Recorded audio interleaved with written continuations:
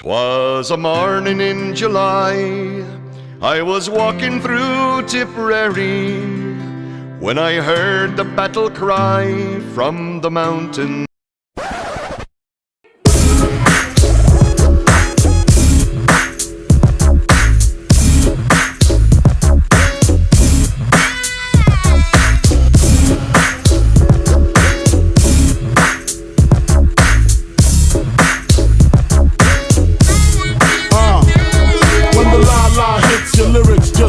Head so hard that your hat can't fit ya. Either I'm with ya or against ya. Format bent ya. Back through that maze I sent ya. Talking to the rap inventor. Nigga with the game type fifth, that flame right. Spell my name right. B-I-double-G-I-E. Iced out, lights out, me and Caesar Leo. Getting head for some chick he know. See, it's all about the cheddar. Nobody do it better. Going back to Cali, strictly for the weather, women, and the weed. Sticky green, no seeds, bitch, please. Papa ain't soft, dead up in the hood. Ain't no love lost, got me mixed up. You drunk them licks up. Mad cause I got my dick sucked and my balls licked. Forfeit, the game is mine. I'ma spell my name one more time. Check it, it's the N-O-T-O-R-I-O-U-S. You just lay down slow. Recognize a real dawn when you see one. Sipping on booze in the house of blues. I'm going back to Cali. I'm going back to Cali. Welcome back to the Bad Blood podcast, everybody. This isn't so much a podcast. We're not going to take much of Danny's time, but you all know Danny Christie, the main man. Danny, how are you? Brilliant, mate. Absolutely brilliant today. Today's a really good day, mate. Thanks for asking. No worries, my man. I'll get straight into it, Danny. So, first of all, congratulations. It was an absolutely fantastic fight. Like, I think you absolutely showed everybody again what stuff you're made of. Like, you showed resilience, you showed toughness, you showed so much in there. Was that fight easy from where you've been in your life? It was the hardest fight I've been in, mate, to be honest. You know, I have to be honest. There's no point lying, and it's something I wouldn't do anyway. But, you know, be straight up honesty with you, mate. It was the hardest, you know, fight I've ever been in. Excuse me. And it wasn't just because of my opponent, who was the betting favourite for a reason. You know, a former two-time world champion in the MMA. You know, and he was paid, you know, quite a bit more than me. You know, and our wages are nobody's business, but he was paid more than me. And you know, for a reason. You know, they thought he was going to win. You know, and I'm just pleased with what I could do in there. You know, I had a lot of gas in the tank, shall we say. You know, I trained for 5 hard rounds, and after it not really going my way in them first 2 rounds, you know, I was glad to nail him. But you know, I don't know what Terry Brazier's been through as a person. You know, he's an ex-para. You know, he's definitely a tough bloke. You know, and it's one of the biggest requirements, mate, you know, for fighting at that level in the BKB. You know, you have to be able to take it. You know, it's all right knocking divvies about, but when you get in there with someone who wants to win, you know, it's you know, you're in a fight, mate. You know, and I was certainly in one. How was say a week before the fight? Obviously, first of all, the press conference, you had your bit say there, then you had the weigh-in and that. But how was the actual week leading up to the fight? How did you prepare mentally? And what was your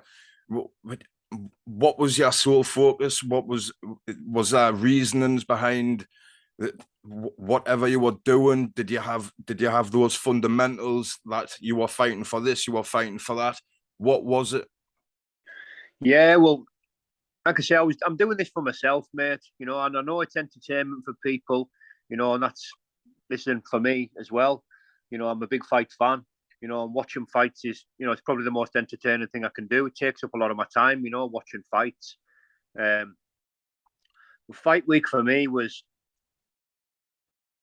like most fight weeks. You know, you've got to be prepared for, you know, the doubts, you know, you question your self-worth, you know, can I do this type of thing, you know? And I go back to what I always go back to, you know, when in fight week, you know, my preparation. If I know I've prepared and I know I'm 100% of myself, you've got to hand the rest over. You've got to hand the rest over to God, higher power, you know, or whatever, the universe, whatever some people might say. You have to hand the rest over, because the result is out of our hands. You know, all we can do is be 100% of ourselves. And I knew I'd put the graft in. So that's what gives us me confidence. That's what calms me fight fear and me doubts and me nerves, you know, knowing that I've put it all in the gym, you know, and I'm the best version of myself, which I was at that time. And looking back on the fight, you know, I've got some holes in my game and we've got a lot to work on in the gym. But on the run up to the fight, I was, you know, as I normally am. And it was a funny thing the day of the fight. I was super relaxed, mate. I was too relaxed.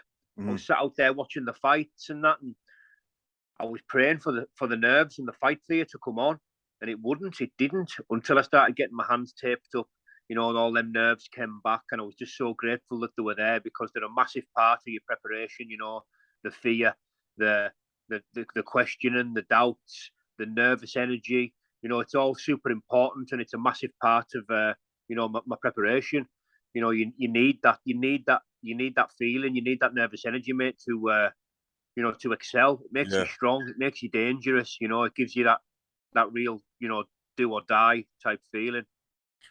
Because I think a lot of people are they're missing quite a big point here, because the last time you did this, Danny, would this not have been semi-professional, or we call it unlicensed? And do you know what I mean? Like it's the stage difference into how you handled it. You would have thought it was like that type of an event, but the stage was huge. Yeah, it was.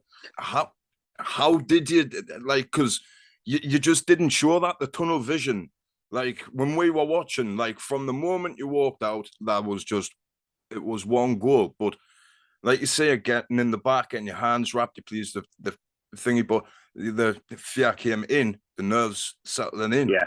But how did you take the surroundings? Because like I say, it's quite a big monumental jump from when you were last competing actively.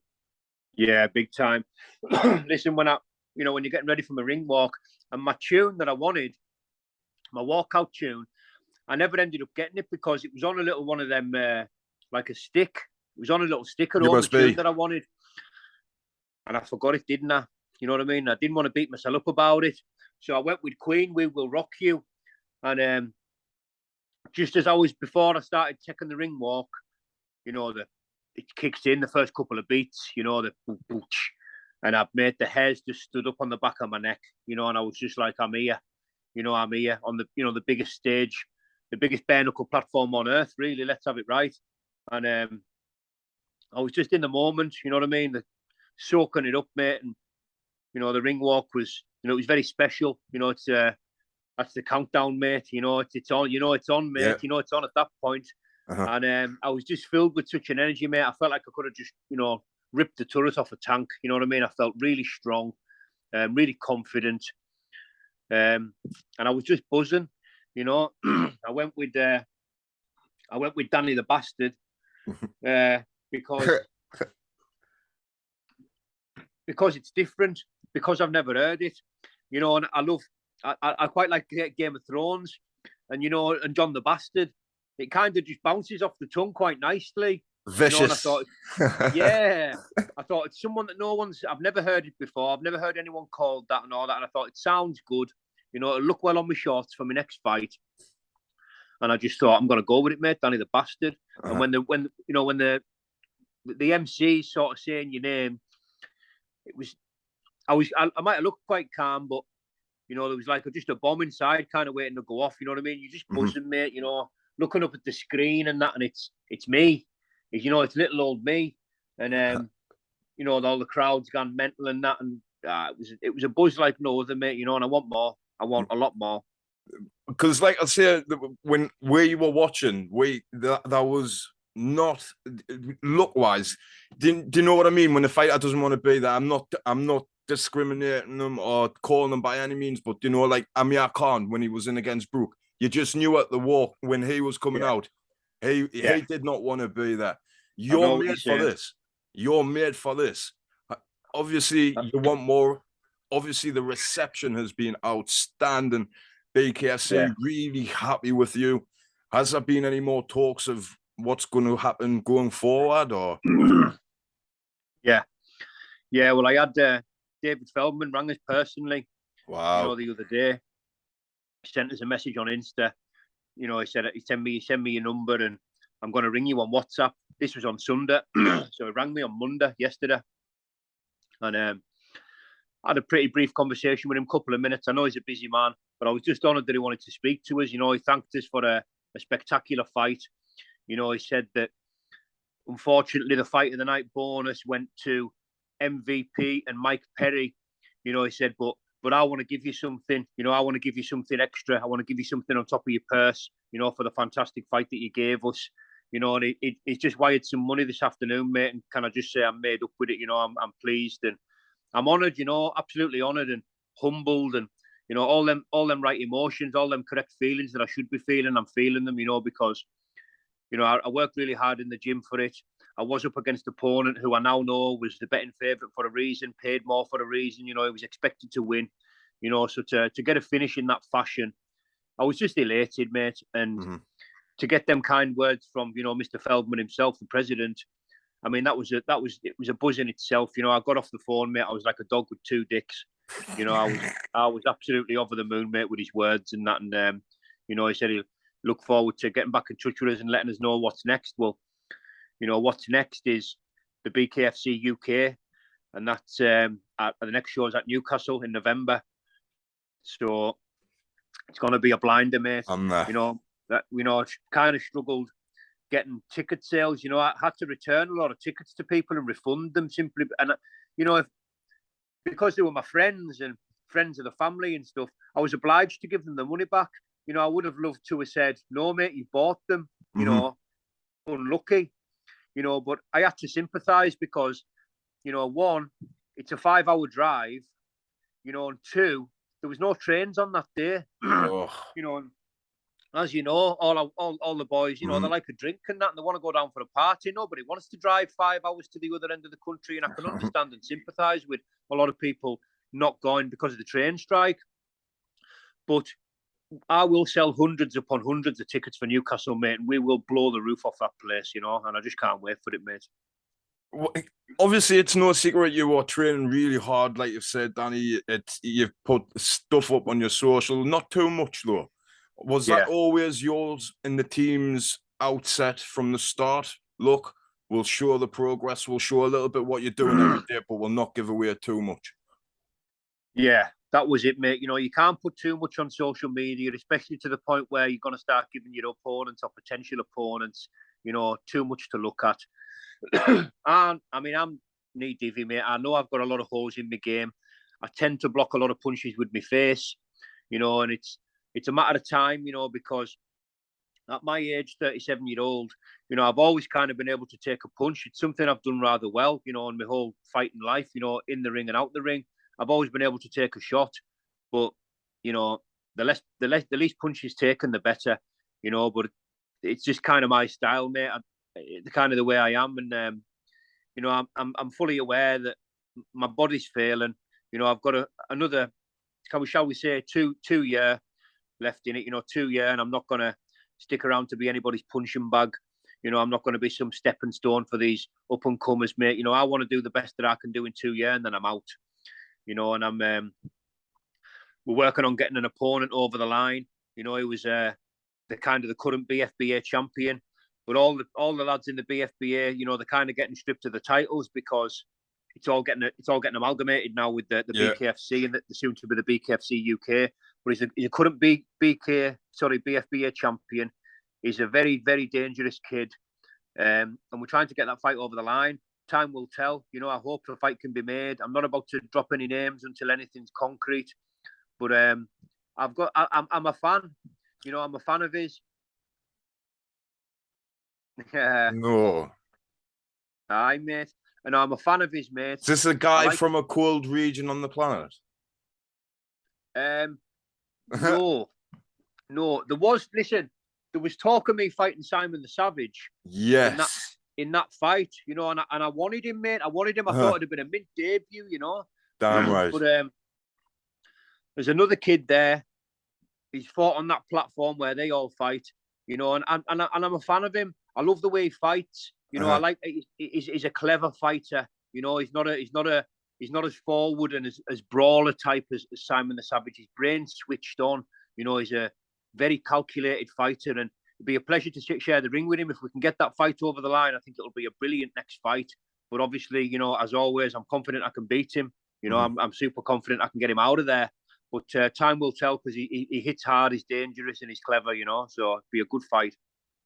Obviously, you've talked about your future. You've said you've got possibly 2 years left. Obviously, you've said it yourself. 37. Your body doesn't really progressively get bad, so it has the wear and tear on it. Has there been talk between you and your team about turning professional and on a daily basis, where you cut out work, turning over completely? Yeah, it has, mate. You know, I'm looking to get a few decent sponsors over the line. So, you know, I can either go down to 3 days a week, or I can jack work altogether. You know, not inevitably, you know, that, you know, if I was in that, if I could ever afford to jack work inevitably, you know, chances are I wouldn't be fighting for money, you know, but we're looking at getting a couple of months off work. You know, if I can get some sponsors to not pay me handsomely, you know, just keep the wolf from the door and cover my bills and my rent through some sponsorship money, you know, and you know, might I add, you know, it's an incredible opportunity for any sponsors, because, you know, as you know, they've just won a big contract with Triller. You know, the platform's just an ever-growing platform. That the audiences and the pay-per-view numbers are just skyrocketing. You know, and it's a brilliant opportunity for some sponsors to get on board. But my goal, you know, with getting these potential sponsors on board, is to train like a pro. You know, I want to do strength conditioning and technique. You know, I want to be in the gym 3 times a day. I'll take the necessary rest when it's required. But, you know, to mix it with these lads and get to the level that I'm quite confident I can get to, you know, I'm going to have to train full time. You know, and I don't think I'm going to be able to do it around a 50-hour week at work, even though I did get myself in incredible shape around that employment. You know, it's still very, very taxing on your body, you know, and you don't have much time left for yourself in the day, mate, given working a 10-hour day, training an hour in the morning and an hour at night. You know, it's very taxing, you know, it's very draining, and it's not something I want to do all the time. You know, there's a big difference between being motivated and being disciplined. You know, I can't be motivated to train every day, because I sometimes open my eyes at 5 a.m. I don't want to go running, don't want to go and do all my bag work and pad work and stuff at 5 o'clock in the morning before I start work. It's not ideal. It's not nice, but we have to be disciplined. We have to do it anyway, you know, even though we don't want to do it, you know, and that's how you win fights. You know, you don't have to enjoy it all the time, and nobody can be motivated to train every day. You know, our neurochemistry doesn't work like that. So, but you have to do it, you know, and you've got to tell yourself, do I want to win this fight? You know, do I want to make a cunt out of myself on the big stage? You know, and it's that kind of mindset that gets you down the gym and gets you doing the things that you don't want to do. Yeah. Obviously, you had a stunning victory. How did you manage to enjoy the rest of your night? How did you soak that up? Like, obviously, with the stars it had on.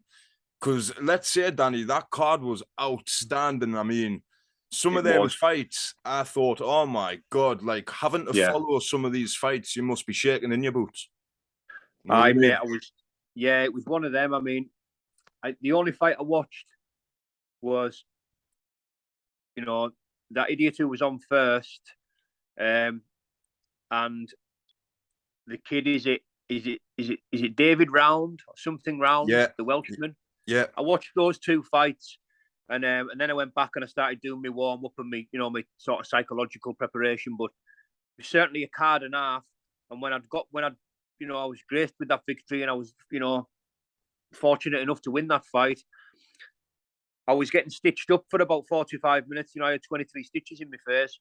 Whoa. But then when I come out, I've just got some gym gear on. I was trying to chill out and watch the fight, but I had to I don't mean this in a bad way, because it was very flattering.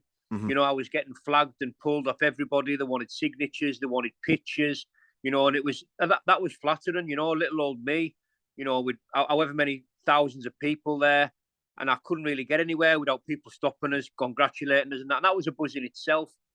Eventually, I did get settled, and I caught the back end, maybe the back round and a half of the Tyler Goodjohn and James Lilly fight, which was a fantastic contest. You know, and that was me. I sat with my lass. I got a big jumbo hot dog with all the trimmings, a load of pop and cake, and it was difficult eating, mate, because I couldn't quite chew. You know, I was kind of nibbling like a hamster. You know, I couldn't, and my back teeth wouldn't touch. But you know, probably one of the best experiences I've ever had. You know, it was absolutely amazing. You know, and like I say, I want more. You know, I want more. I'm not done yet, mate. This is just the start of it. It sounds like a bit of a cliche though, but the pain is worth the glory. Do you know what I Oh, mean? listen, mate, I loved every single minute of it. You know, even when I got home and my face was really swelt up by the time I got home. You know, we got on a bus just after midnight, come home with a load of Geordie lads, Mickey Terrell's fans and that. You know, and that was a mental bus. Yes, man. As you can imagine, you know, a load of Geordies on the piss. It was mental. You know, and it was Danny Christie's Black and White Army, and that was singing all the way home. And you know, I got back. We got off the bus, and I went and picked my car up, which is parked in town. And I got back. I was tired by this time. I never slept a wink on the way home on the bus. You know, I was still buzzing. But we got back to my house, and I looked at myself in the mirror for about 10 minutes straight. You know, and I was in a bad way. My face was in a bad way. But mate, worth every heartbeat that I could feel in my face through the throbbing, mate, was just incredible. You know, I was very, very pleased and proud. You know, I have to give myself a lot of credit for that fight, and also a massive shout out to my coach Wayne, who got us in tip top shape. And you know, I love him like a brother. You know, and that's the big difference, I think, when you see what with a team that works. You know, there has to be a massive level of mutual care. 100%. Wayne's there, you know, to effectively not just administer all the right information and dispense his fight knowledge, which is endless, you know, but he's there to save me from myself, you know, because Wayne kind of knows, well, he does know exactly how tough I am and the way I fight. And, you know, as long as I'm going to be able to make my way back to my feet, I'm going to continue fighting, you know, and Wayne's there to essentially as well save me from myself, you know, because I don't know when I'm done. You know, I never know when I'm done. You know, I'll just keep fighting. You know, and like I say, there's that level of care there. You know, which is just super important in a coach-fighter relationship. You know, there has to be a decent bond. You know, it can't be just strictly business, or it's never going to work. You know, you can tell that, Danny, because I'm not being funny. The damage that you've both sustained in that fight, there's got to be that level of knowledge between one another.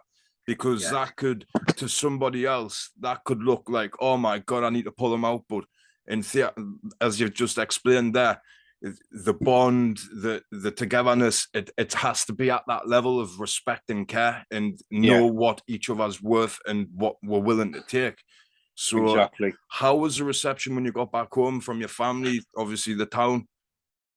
Oh, mate, it was absolutely brilliant, mate, you know, and mate, I don't want to use the word bad, but it was difficult enough trying to make my way across town before this fight. You know, everyone stops us, and I've got time for everybody, mate. You know, I'm never going to complain about that. You know, I'm very fortunate to be in a position where I get this level of respect in my own town. You know, it's a beautiful thing. It's an amazing feeling. You know, but mate, trying to make my way across town, you know, in the last couple of days.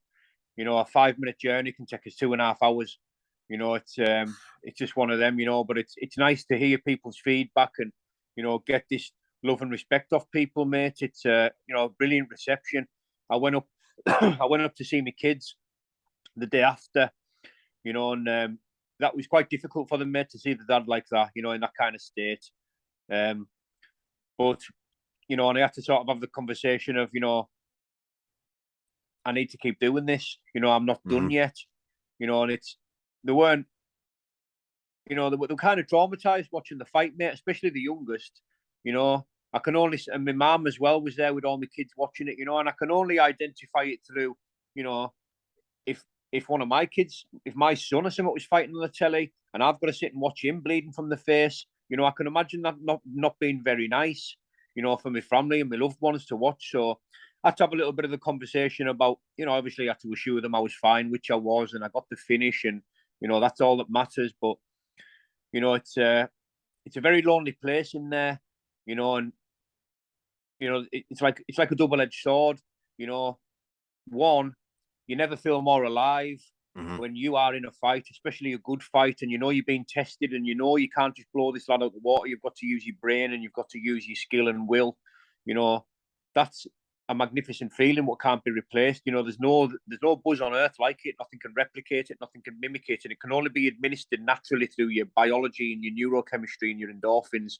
Best feeling on earth by far, hands down. But there's also a very lonely feeling in there. Especially when things aren't going your way and the damage is accumulating.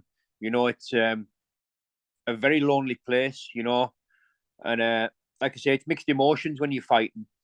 But I've had to sort of convince my kids that, basically ask for the permission for me to continue doing this, because, and that's not easy, because they don't want to see, it's always good when you're winning, but mate, I've got no problem in losing to the better man, and that could well happen, because I don't want to fight divvies, I want the best available lads, and it's probably not going to be easy for them, but I've convinced them, and they're happy with us to continue fighting.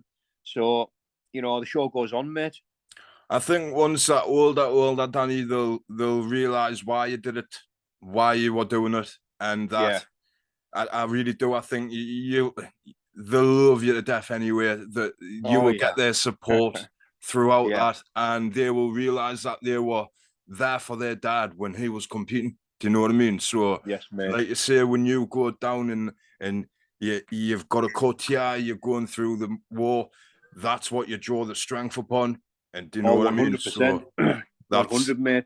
100%. But Danny, go on, mate. Like I said, drawn upon from that, like, it's gonna.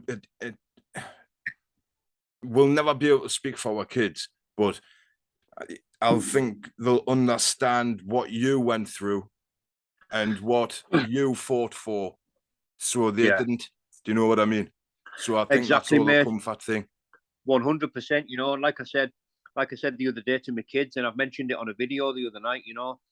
I'm trying to create something really that nobody can question. I haven't got a problem at all in losing to the better man. I'll never ever have a problem with losing to the better man. It's when I don't give 100% of myself, that's when I'll be bothered. I've got no problem losing to a man that's better than me. But what I want to do is, I want to leave something behind. Like I say, we're not promised tomorrow, and I live in the moment, and I take all these things as they come, on a day-by-day basis. And I'm fortunate enough to now have plans for the future, but I don't take them for granted. But what I would like to do is create something what, I can leave behind. I want my kids to look at something one day and say, that's my dad, and in time to say that was my granddad, So when I'm in the ground and it's all over, I've got something to leave behind, something that people can't question. I am that person, mate, that will fight anybody. I'll never quit, and I'll always give 100% of myself. And it's gonna be a magnificent ride, mate. And I can't wait for more. I have absolutely no doubt that you're going to stamp a legacy, Danny. I really, honestly, because just the way you've changed like that, you've planted it all into this sport. I just think, and I'm not bullshitting you here, this is you're destined for good stuff, my brother. I really mean that. Thank you, bro. I was thinking the other day, this man's gone to America. I'm telling you. Well, time will tell, mate. Only time will tell. They're on about doing a BKFC in Thailand. And if I can get another couple of wins, or if I can, keep continuing to give good account to myself, I'm hoping to get the invite over there, mate. That'll be fantastic. Much appreciated, Danny. Much appreciated for the night. I'm not going to keep you any much longer. So not a problem, mate. Honestly, I really appreciate, because the level where you're at now, I really do appreciate your time, brother. Oh, mate, listen, don't you mention it, mate. It's always a pleasure talking with you, Lee. And it was one of them. I was, honestly kind of waiting for the invite, because, once I've finished this interview with you tonight, mate, you know, I'm not going to keep going over and over the fight. You know, it was a magnificent event, Right. and I'm very pleased to have been part of it, and I'm very gracious and grateful for my victory. But I'm not going to milk the arse out of it, mate. Mhm. You know, I've been on 3 lives now. I was hoping to come on yours, and I'm glad I've come on. You know, but Mhm. I'm gonna draw a line under it there, mate. You know, I'm not going to kick the arse out of it. It's onwards and upwards now. We've got to focus on the next fight. You know, and it was what it was. The spectacle's there for everybody to see. You know, I don't need to talk about it no more. You know, it's done now. You know, we're moving on. I'm even more honoured than Danny because, like I said, I appreciate your time, and honestly, I wish you more continued success in your next fight. Hopefully, we can link up again. Absolutely, mate. Well, listen, you'll have to be there at the Newcastle show, won't you? I will definitely. Honestly, Danny, that's me. My mind gone stuck in the moment. I forgot it was in Newcastle. Do you know what? Yeah. Because so I will be definitely there, 100%, my brother. My man, Much mate. appreciated. Pleasure talking to you, Lee. Enjoy the rest of your night, mate. Yeah, same to you, Danny. Thanks very much, my brother. Bye-bye Thank for you. now, brother. Thanks. Bye-bye, mate.